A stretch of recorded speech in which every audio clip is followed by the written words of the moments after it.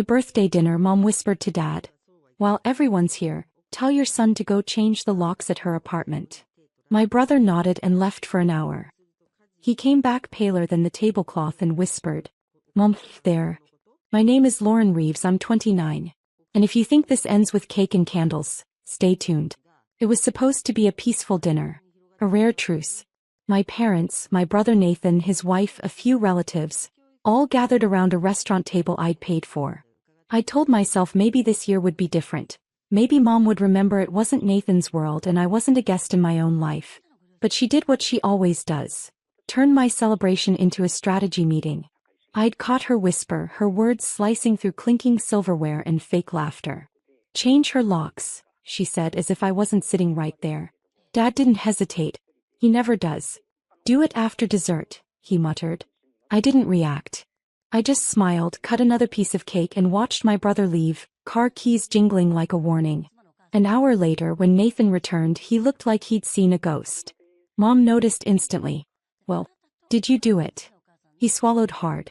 Mom, there's police tape around her door. Every fork froze midair. Dad frowned. What kind of joke is that? Nathan shook his head, voice shaking. It's not a joke. There's an officer standing outside the apartment. He said no one's allowed in. There was an incident. The air in the room changed, cold, sharp, electric. Mom's face drained of color. What incident? She demanded.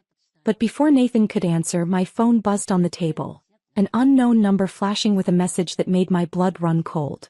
The message on my phone read, Ms. Reeves, this is Officer Grant from Portland PD. Please contact us immediately regarding your apartment. The room fell silent as I stood, chair legs screeching against the floor. Mom's voice quivered. Lauren, what's going on? I didn't answer. I just grabbed my purse, ignoring the chorus of questions trailing behind me. Outside, the night air felt like glass against my skin. My car keys shook in my hand, but my mind was razor clear. If there was police tape at my home, then something was very wrong. By the time I reached my apartment complex, 2 patrol cars were still parked outside, their lights painting red and blue shadows across the brick walls. A uniformed officer stepped forward. Ms. Reeves. I nodded. What happened? He glanced at his clipboard. You're the tenant, correct? We received a report of a break-in.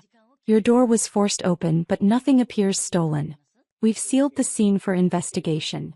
I blinked. A break-in? Who? He raised a hand gently. We're reviewing footage. Do you have any idea who might have access to your keys? I stared at him for a moment, then exhaled slowly. My brother. Nathan Reeves. The officer's pen froze midair. And, why would your brother break into your apartment? I hesitated, the truth heavy on my tongue. Because my mother told him to. He looked up sharply. Can you repeat that? I nodded, steady now. She asked him to change my locks tonight without my consent. I think he found something he wasn't supposed to. His radio crackled before I could say more. A voice came through. We've got a match on the prints inside, sending ID to command. The officer's expression changed instantly, surprise then unease. Ms. Reeves, he said slowly, you might want to sit down for this. I sat on the curb outside my apartment complex, the cold seeping through my dress. Officer Grant crouched beside me, his expression cautious but firm. Ms. Reeves, he said, glancing at his tablet, the prints inside your apartment don't belong to your brother, or to you. I frowned. Then whose? He turned the screen toward me. A man named Thomas Hale. Does that name mean anything to you? My breath caught. Thomas was my landlord's nephew. He handled maintenance. Grant nodded. He's currently in custody. We found surveillance footage. He broke into your apartment last night using a key copy. He's been under investigation for a series of unlawful entries across the complex. My stomach twisted. What was he doing inside? Grant hesitated. You may want to see this yourself. He led me to the stairwell, the faint smell of dust and old paint heavy in the air. My door stood half open, the lock splintered. Inside, the apartment looked almost untouched, except for the photos. Every framed picture of me and Liam, my son, had been flipped face down. On the coffee table lay a single envelope. Grant gestured toward it. That was on the couch when we arrived. My hands trembled as I opened it. Inside was a printed message. Tell your mother the truth always finds its way home. My throat went dry. This doesn't make sense, I whispered. Grant looked at me steadily. We're running forensics on the letter. Do you have any idea what this might mean? I stared at the words again, the letters perfectly aligned, printed from a household printer. But the phrasing, tell your mother, hit too directly. I stepped back, heart pounding. He wasn't breaking in to steal anything. He was delivering something. Grant frowned. Delivering what? I swallowed hard. A message meant for her, not me. And suddenly my mother's strange panic at dinner didn't feel like control. It felt like fear. The next morning I woke to 3 missed calls from my mother. And one from an unknown number. Officer Grant's voicemail played first. Ms. Reeves, we've confirmed that Thomas Hale was paid by an anonymous bank transfer last week, traced back to an account under your mother's name. For a moment I couldn't move. The air in my apartment thickened, pressing against my chest. My mother had hired the man who broke into my home. I called Grant immediately. You're sure? Yes, he said, voice steady. The payment was for maintenance services. But given the timing and the note we found, it looks deliberate. We believe your mother may have been trying to retrieve something. I laughed bitterly. Retrieve what? I own nothing she can't already manipulate. Then I froze. The attic box. The one labeled Dad's business papers, which I'd found last month while cleaning. Inside were property deeds, signed by both of them but never declared in taxes. I hadn't mentioned it to anyone. Grant's tone sharpened. Ms. Reeves, does your family have any history of financial disputes? History? I whispered. My mother's made a career out of them. Within the hour I was back at the station. The evidence folder on the table held photos of the letter, the broken door and the transaction records. Grant slid them toward me. Would you like to file charges against your mother? I hesitated. The word mother still felt sacred, but the woman it described didn't. Not yet, I said. I want to know what she was so desperate to hide first. He nodded. Then you'll need to talk to her, carefully. That evening I texted her. Dinner. My place. 7 p.m. No games this time. Her reply came within seconds. Fine. But I hope you're ready for the truth. For the first time in my life I actually was.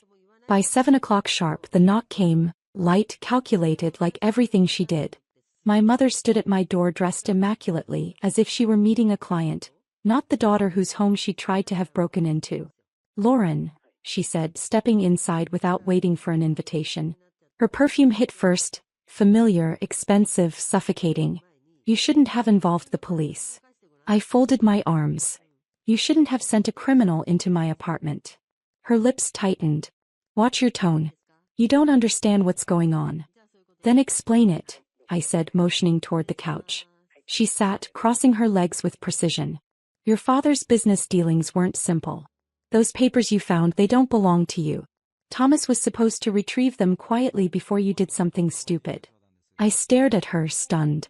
You hired someone to break in rather than talk to me? Her voice softened in that manipulative way she'd perfected. I was protecting you. There are things you don't need to know. Mom, I said flatly, you've been protecting lies, not me. Her mask slipped then. You think you're smarter than us, Lauren? You have no idea what those documents could expose.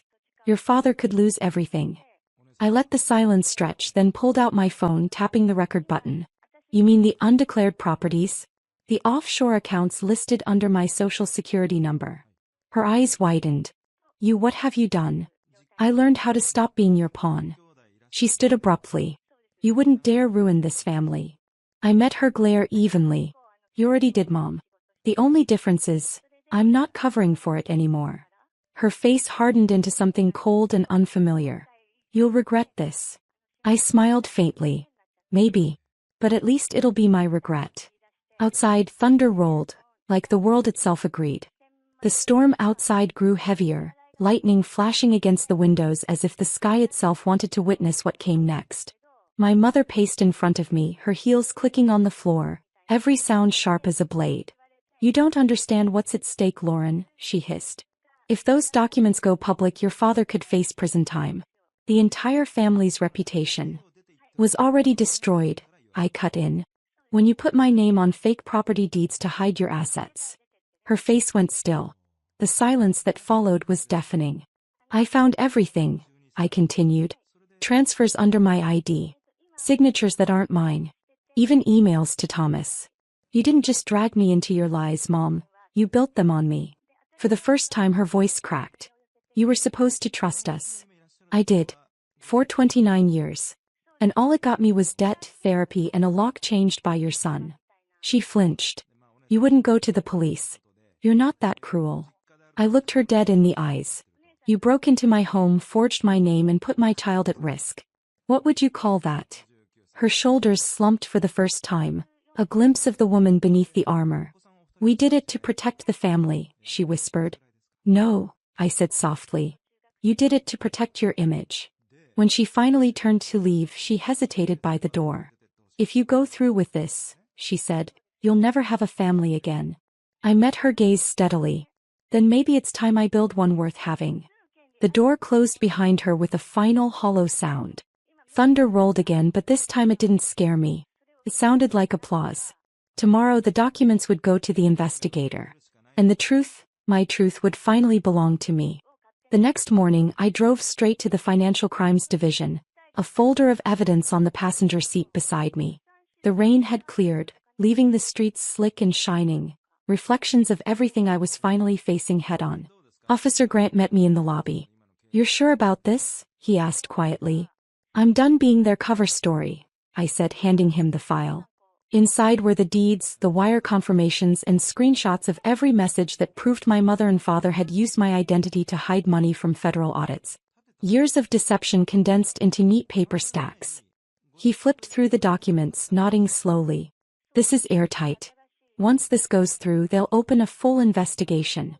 You'll be cleared of all liability. I exhaled, the weight in my chest finally loosening. Good. I've spent too long carrying their mistakes. That afternoon, I turned off my phone and drove to the hospital to pick up Liam from a follow-up appointment. He came running into my arms, holding a sticker the nurse had given him. Mom, I got a gold star. I laughed, kneeling to hug him.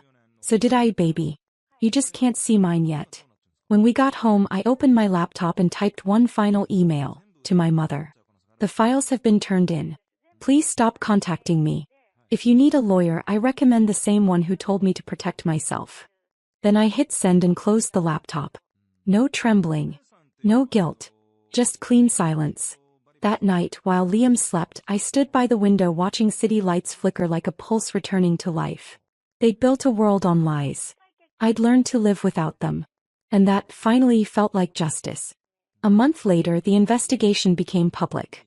News outlets ran headlines like "Local Couple Under Federal Review for Identity Fraud, Daughter Reported as Victim." I didn't watch the coverage, I didn't need to. I'd already lived the headline. The bank seized their hidden accounts. My father resigned from his company in disgrace. My mother stopped calling, not out of respect but out of shame. For once, silence from her wasn't punishment. It was peace. Officer Grant called to update me.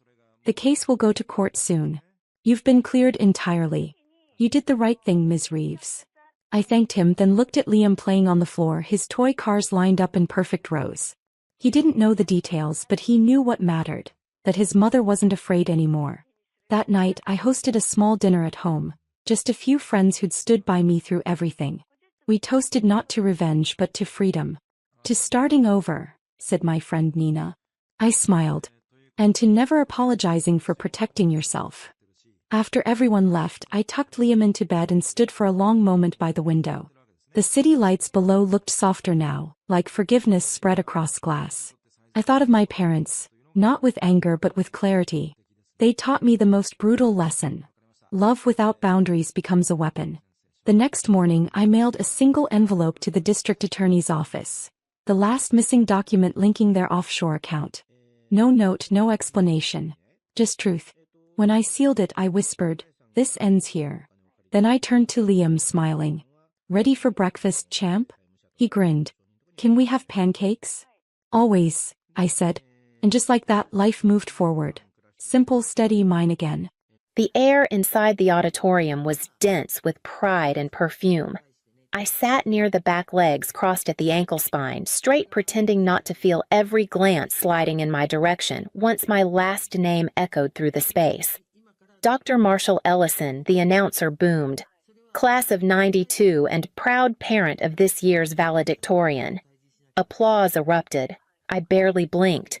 My father approached the podium with that familiar surgeon's gait, measured confident in total control. He adjusted his cufflinks with the same care he used to correct my posture as a child. He didn't glance toward me. Not once. Being a physician is about precision, he began. And raising a child who becomes one is no less exacting. The audience chuckled appreciatively. My brother Julian was beaming from his seat up front, the gold cords around his shoulders catching the light. I couldn't blame him. He'd worked hard. And unlike me, he'd stayed in line. My father went on painting a polished portrait of Julian's childhood curiosities, his disciplined intellect, his legacy of excellence. I'd heard versions of this speech before at dinners and donor letters during his hospital's annual galas. But this time it was personal. He was standing at the summit of our family's expectations, and from up there, it seemed I didn't exist. Then it came. At least one of our children made us proud. No pause, no wince, just clinical delivery.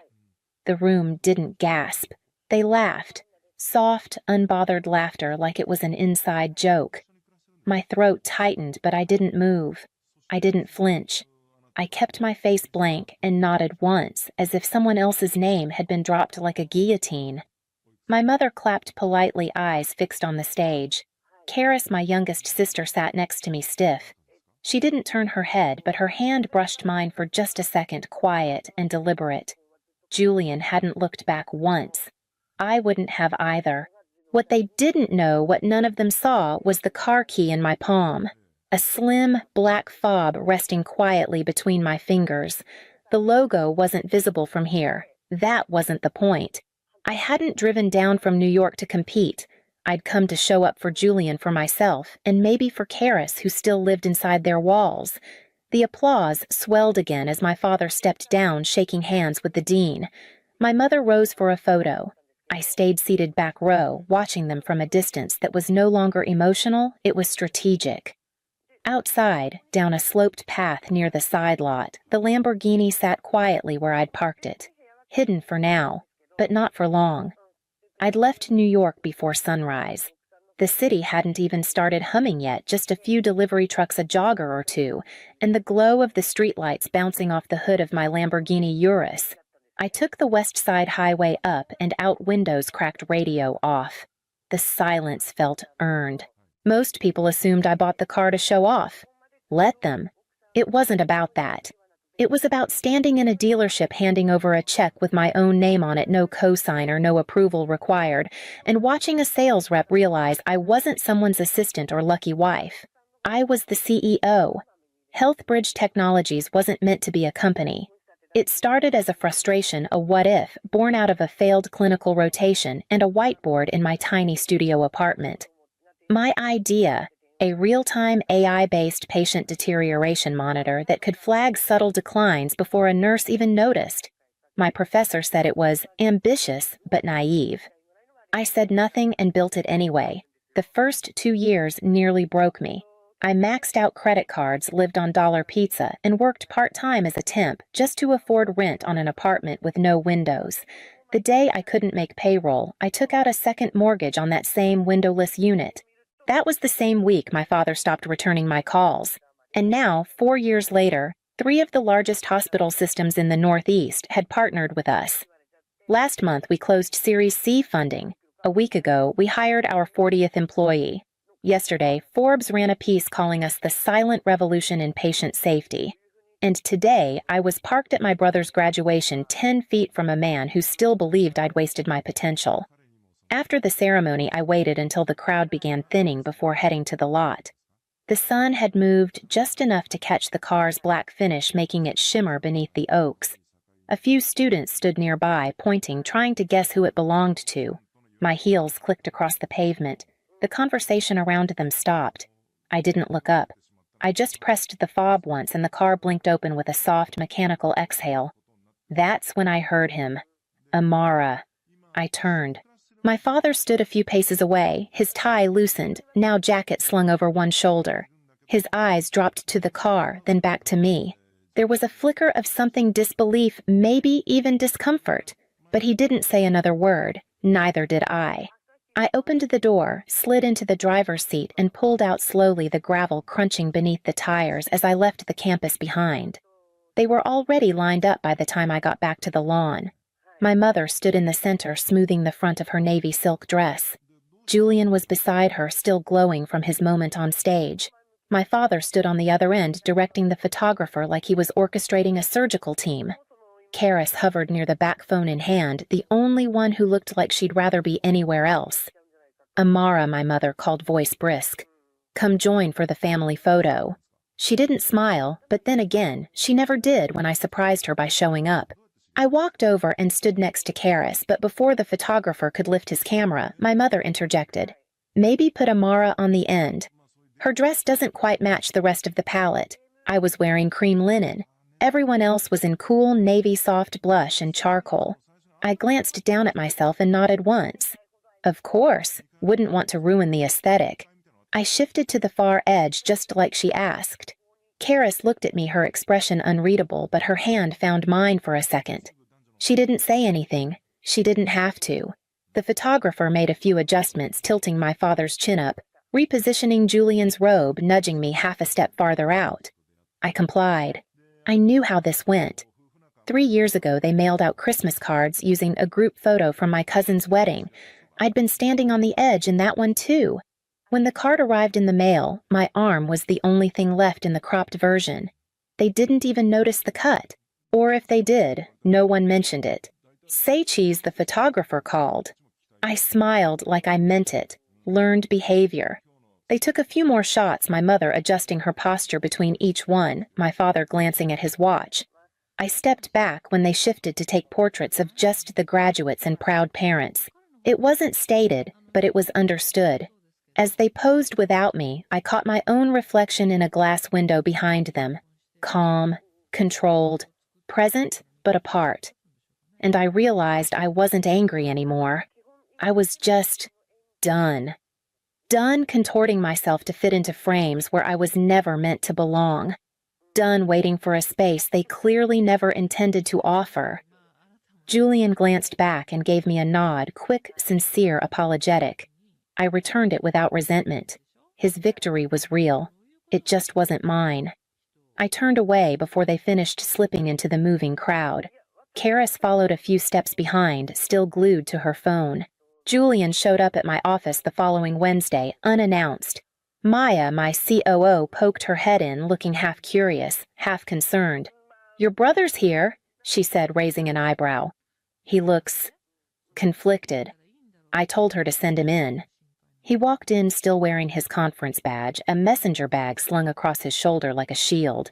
His hair was a little messier than usual, and there were shadows under his eyes. "Nice view," he said, looking out toward the skyline. "Didn't realize you had the whole floor." "I don't," I said. "Just the side with better light." He gave a faint smile and dropped into the chair across from my desk. For a few seconds, neither of us spoke. He was trying to find a way in. I let him. "I've been thinking," he finally said. "About everything." I closed my laptop. "Okay, about Hopkins. About whether I'm actually—" He paused like the words were stuck in his throat. "Whether I'm actually doing it for me." That surprised me more than I let on. Julian had always been the compliant one, never questioned the plan, never pushed back. And I asked gently. He leaned forward, elbows on his knees. "I think I chose neurosurgery because it was the hardest thing in the room. Because Dad would approve.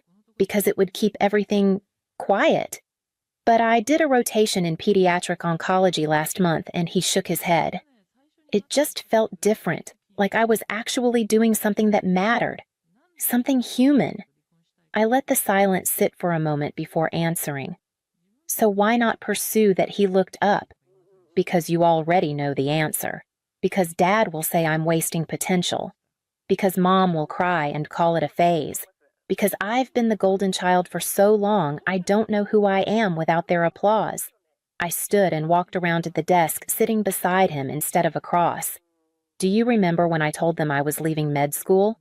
He nodded slowly. They acted like you died. I hadn't even figured out what I was building yet, I said. All I knew was that the thing I was becoming wasn't someone I could live with, and it still took me months to say it out loud. He stared down at his hands. I don't want to wake up at 40 and realize I've built a life that fits everyone but me. You won't, I said, because you're asking the question now. He didn't respond right away, but I could see something shifting, the first crack in the script he'd been performing for years. He looked up again this time with something that almost resembled relief. Would you support me? I mean, if I walked away from all of it, I didn't hesitate. Whatever you need. He exhaled like he'd been holding his breath for 3 years. Okay. Then I think I need to make a call. Julian paced to the edge of my balcony, his phone in one hand, his other clenched and unclenched like it couldn't decide whether to brace or swing. He'd been rehearsing the conversation for an hour, but we both knew no script would make it easier. I stayed inside, letting him have the space, letting him make the choice. He called just after 8. I heard him say, "Hey, Dad," and then the tone dropped. Not in volume, our father never yelled, but in precision. Like he was back in an OR dissecting a mistake he couldn't tolerate. Julian kept his voice level. He explained his interest in pediatric oncology, his decision to defer the neurosurgery residency. He even thanked him for the opportunities. For a while, I thought maybe it would be enough. Then I saw Julian's posture shift, stiff, defensive. You're right, he said. If that means losing your financial support, I'll manage. A beat of silence. No, this isn't about Amara. This is about me. I stepped out quietly just in time to hear him say, I'm not walking away from medicine, Dad. I'm walking toward the part of it that actually makes sense to me. He ended the call without waiting for a goodbye. Just held the phone in his hand like it had turned heavy. I handed him the glass of water I'd poured earlier. He took it without looking at me, drank half and sat down.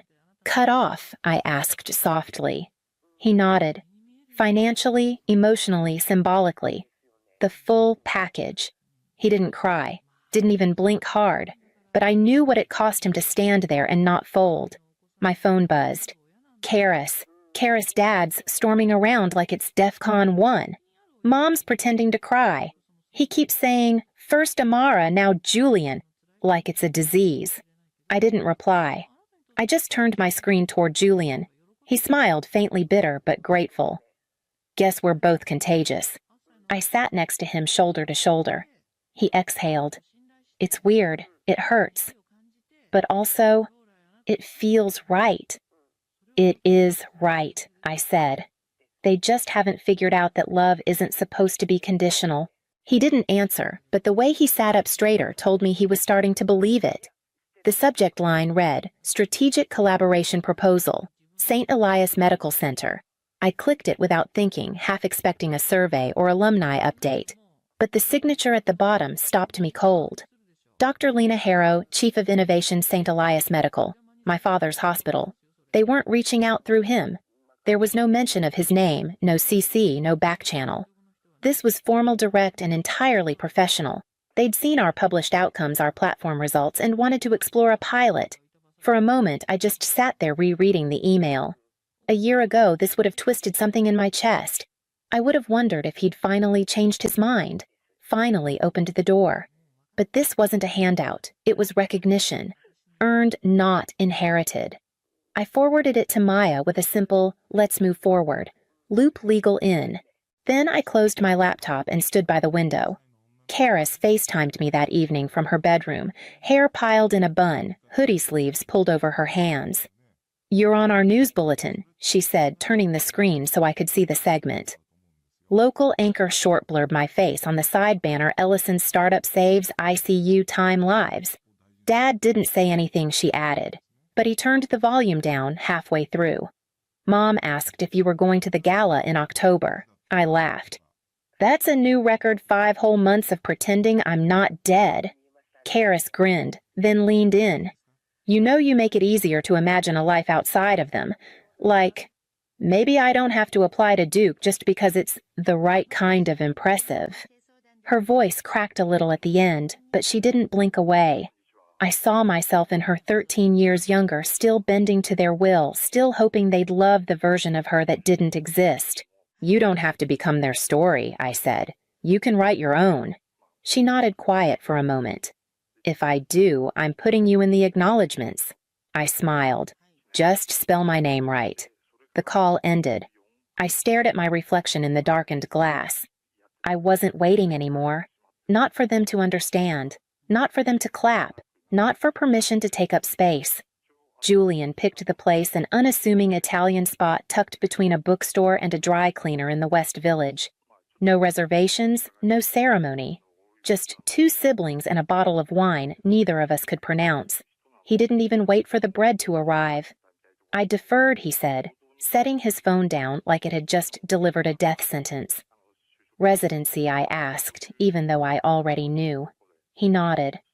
Officially. They were surprised, but they respected it. And Dad, a slow breath, still silent. I raised my glass. To breathing without permission. He clinked his glass against mine, then smirked. You know what Karis said. She wants to start the Walker Family Outcasts Club. You and me as co-founders. I laughed. Do we get Jacket's custom embroidery? I'm thinking unapologetically disappointing since 2018. For the first time in years, the silence between us felt safe. No expectations, no performance, just realness. Julian leaned back and looked at me like he was seeing something for the first time. You know I used to think they were ashamed of you. But now, I think they were afraid of what your freedom would reveal. I didn't respond. I didn't need to. He was right. Later that night, Karis sent me a photo. Our family's living room bookshelf. 3 of my magazines neatly arranged on the top shelf. Right next to my father's surgical textbooks. Karis. No one said a word. They're just there now. I stared at the image, searching for how it made me feel. Not vindicated, not angry, just finished. Like a wound that had finally closed without fanfare. Julian was crashing at my place that night. As he dozed off on the couch, half wrapped in an old throw blanket, I sat at my desk and opened the folder I'd kept buried in drafts. It was time to RSVP to that gala. This time, not as someone's daughter, but as someone who'd built something worth stepping into the room for. The ballroom shimmered with gold light, all velvet panels and orchestral swells, the kind of place where reputations were polished, not questioned. I stepped in heels, steady breath, even Maya at my side. She looked like a power suit had been made just for her, and technically it had. The event was for the Legacy in Medicine Award, and of course my father was the recipient. His name graced the program cover in embossed serif. The bio inside credited him with 30 years of surgical advancement, hospital leadership, and mentorship to a generation of future healers. My name wasn't mentioned, but I hadn't expected it to be. People noticed me as we walked in. Some whispered, a few smiled carefully. The same men who once addressed me as Dr. Ellison's daughter now met my eyes differently, like I'd become something solid enough to cast a shadow of my own. We sat near the middle, not at the front, not at the back. Just where we belonged. When my father took the stage, he was crisp as ever, measured voice, slow nods, effortless command. He spoke of excellence, legacy, and pushing boundaries. I listened, sipping from my glass, not with bitterness, but with clarity. The words hadn't changed, but I had. After the applause, the mingling began. I watched him shake hands with people who had once dismissed me in passing, calling my work cute or noble before asking if I'd ever thought of applying to med school again. I didn't approach him, didn't need to. Maya leaned in at one point and whispered, "They keep asking if you're going to speak." I smiled. Let them wonder. Before we left, I paused by the photo display. There he was in black and white, holding Julian as a baby in one frame, posing with a plaque in another. But the one that caught me was a candid him in scrubs, arms crossed, standing just outside an OR. No caption, no context, just a man who spent his life mastering control. And here I was, no longer asking for any of it. As Maya and I stepped into the car, I didn't look back. Not at the ballroom, not at the spotlight, not at him. The night wasn't about being seen. It was about no longer needing to be.